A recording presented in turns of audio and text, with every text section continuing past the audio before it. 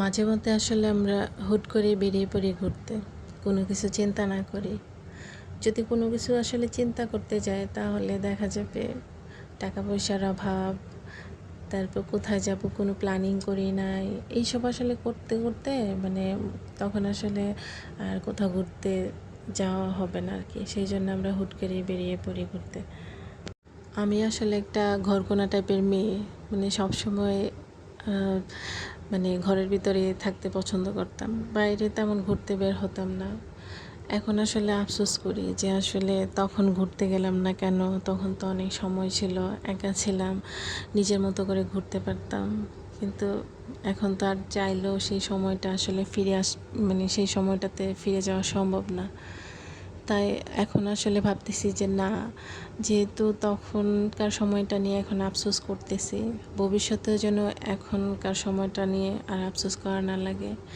তাই আসলে এখনকার সময়টা আমরা এনজয় করতে চাচ্ছি।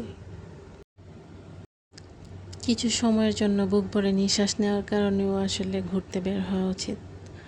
আমরা যখন একঘেয়ে জীবন থেকে হাঁপিয়ে উঠি তখন ঘুরতে গেলে অনেকটাই ভালো লাগে। আর ঘুরতে গেলে মানুষের শারীরিক ও মানসিক অবস্থা অনেকটাই প্রভাবিত করে, কারণ ঘুরতে গেলে মানুষ ফুরফুরে হয়ে যায়।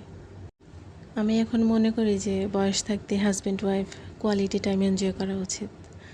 ভালো কোথাও বছরে একবার ঘুরতে যাওয়া, মাসে কিংবা সপ্তাহে রেস্টুরেন্টে খেতে যাওয়া।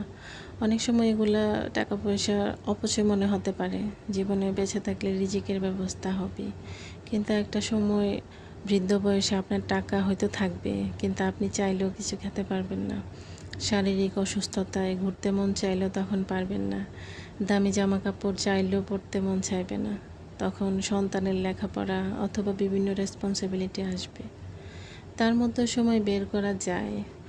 সব সম্পদ টাকা সন্তানের জন্য সঞ্চয় করবেন, মানে টাকা পয়সা তো সন্তানদের জন্যই সঞ্চয় করবেন, তারপরেও অল্প কিছু নিজের জন্য বরাদ্দ রাখা উচিত।